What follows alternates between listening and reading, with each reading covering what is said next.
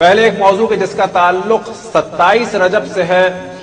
اسے تیزی سے ڈسکس کریں تاکہ جو غلط فہمیاں ہیں اور عموماً تمام دنیا میں جتنے بھی مومنین کے کیلنڈرز ہیں اور جو پروگرامز اناؤنس ہوتے ہیں ان میں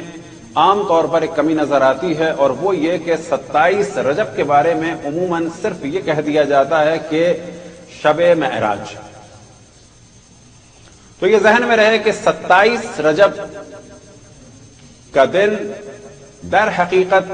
جو خاص اس کی اہمیت ہے وہ اہمیت ہے رسول اللہ صلی اللہ علیہ وآلہ وسلم کی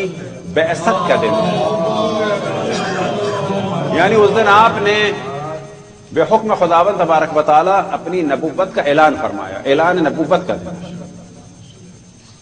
اور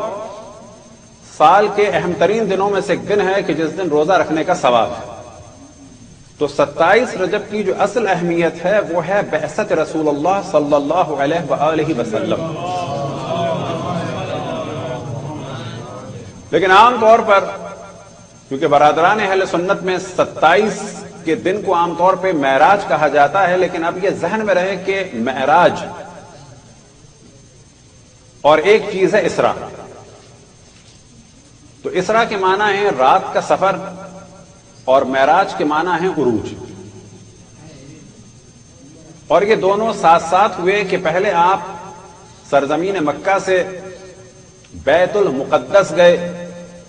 اور پھر وہاں سے معراج۔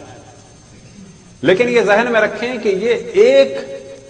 معراج کا واقعہ ہے۔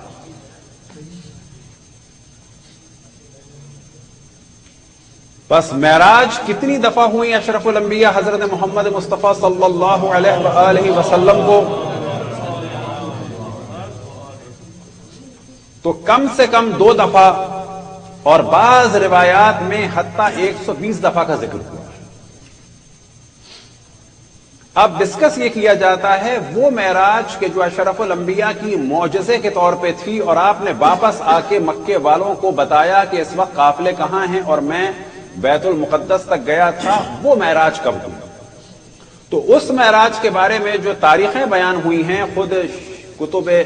اہل تشیع میں اور کتب اہل سنت میں، تو اہل سنت میں بھی فقط 27 کی ایک تاریخ نہیں ہے، ان کے 2 ربیع الاول کی بھی ہے، 17 رمضان کی بھی ہے، اور رجب کی بھی ہے، تو ساتھ میں ذی الحج کی بھی ہے۔ بالکل اسی طرح سے ہمارے یہاں بھی مختلف تاریخیں بیان ہوئی ہیں، جن میں سے جو زیادہ اہم ہے وہ 17 رمضان کی ہے۔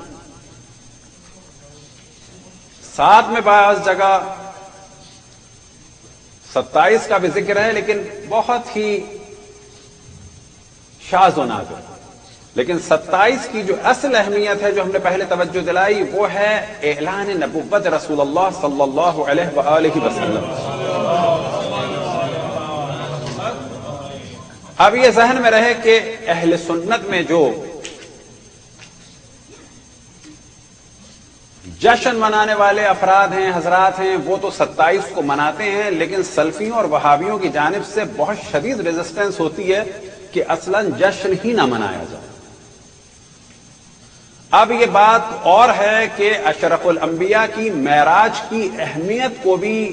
مخالفین نے کم کر دیا، اس کو روحانی معراج کہہ کر اور خواب کہہ کر،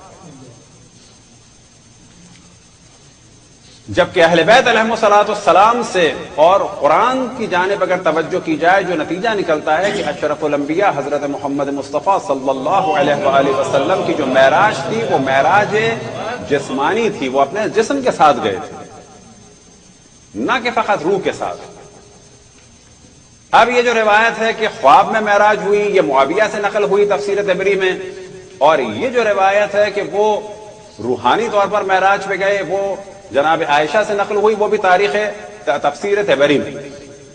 لیکن اہل بیت علیہم الصلوۃ والسلام نے ہمیشہ ریزسٹنس کیا اور اس جانب توجہ دلائی کہ یہ معراج جسمانی تھی، اور آپ اپنے اس جسم اطہر کے ساتھ جو ہے وہ معراج پر گئے تھے۔ تو اس جانب توجہ رہے کہ معراج ہوئی، جسمانی ہوئی، ایک نہیں ہوئی، ایک سے زیادہ ہوئی۔ لیکن 27 رجب جو ہے اس کی خاص اہمیت ہے اشرف الانبیاء کے اعلان نبوت سے۔ خداوند تبارک و تعالی ہم سب کو اپنی اپنے رسول اپنی حجتوں خصوصاً امام زمان علیہ السلام کی معرفت اور اطاعت کی توفیق عطا فرمائے۔ برحمتك يا أرحم الراحمين وصلى الله على محمد وآله الطاهرين۔